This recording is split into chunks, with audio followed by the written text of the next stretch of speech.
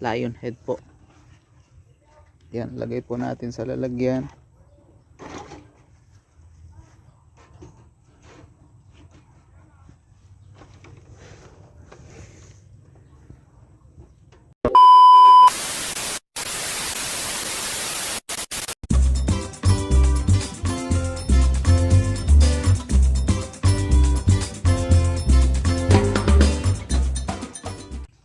So magandang araw mga kabani backyard. For today's video, ang topic natin is regarding dun sa pagwawalay po ng mga kits. Ayan, so madami po kasing nagtatanong kung ilang araw or buwan po ba bago tayo nagwawalay ng kits. So sa practice natin, sa rabitan natin is 30 to 45 days po tayo nagwawalay. Depende po kasi yun sa panahon.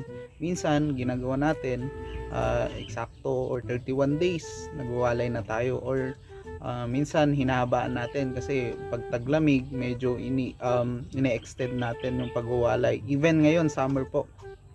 Ayan. So sometimes din kasi since may work po tayo, nasosobrahan natin, diba? Kasi nga hindi na natin na monitor minsan. So pero yun po yung pagwawalay natin. So isang buwan hanggang 45 days ay winawalay na po natin yung mga kits natin. Ito example po na ito. Ito yung mga kits natin na winalay na po natin. So G1 PS100 po ito. And then dun po sa kwan, meron po tayong iwawalay kasi dito. Ipakita natin yung mga iwawalay natin. Actually anong date na po ngayon? 27 po ata. So 27 na po. And then meron yung iba kasing kits dito ay kwan na 23 pa lang po. 1 month na po. So ngayon iwawalay na po natin. Para ang kwan kasi dyan is ko-condition na natin yung dough natin. And then yun na din, para hindi na din mahirapan yung dough natin kasi syempre nagpro-produce siya ng gatas and then may kinakain siya, tapos mainit pa yung panahon. Ngayon syempre ay kailangan na natin silang iwalay. Ayan, pakita na po natin. So eto po yung ating mga iwawalay na kits. Ayan, kita nyo naman po. So iwawalay na po natin sila since gaya nga po nung sabi ko 23 pa po sila, nag 1 month, pero hindi pa po natin sila na iwawalay. Ito po ay mga mixed lion head po. Yan, lagay po natin sa lalagyan.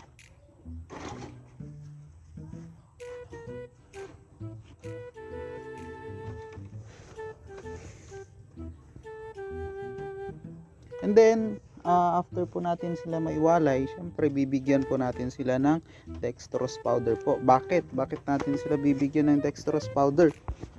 Since syempre maiwawalay po sila, may stress po itong mga to. Ayun, kakailanganin po nila ng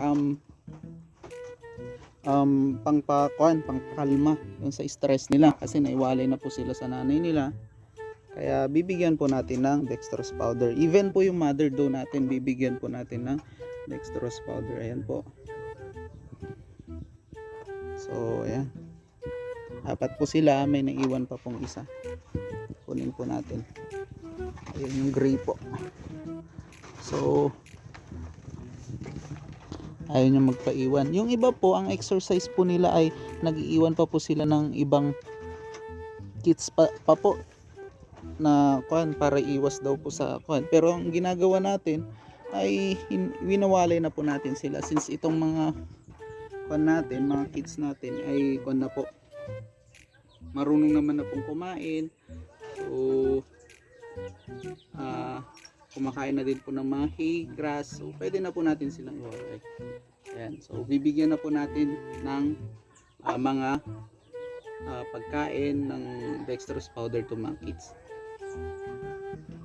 So ito na po, titimplahan na po natin ng dextrose powder. Bibigyan na po natin ng dextrose powder yung kids. So tansyahan na lang po since kokonti na lang po ito. Ayan, sige, enough na po yan para pangkon lang po sa kanila, na pangkon na din dun sa stress po nila na naiwalay po sa kanilang dam or mother dough. So mix lang po natin,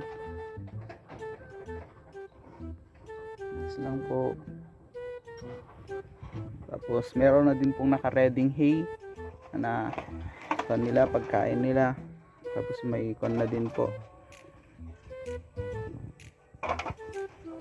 So ayan po, lagay na po natin. Ayan. So ito po yung mga kits natin, mga mixed lionhead po itong mga to. Hindi po sila pure. Ayan. So yun lamang po mga kabani backyard. Naway may natutunan po ulit kayo sa vlog po natin. Salamat po sa patuloy na pag-support sa ating YouTube channel, and then subscribe po kayo kung hindi pa po kayo nakasubscribe para kasali po kayo sa ating free raffle.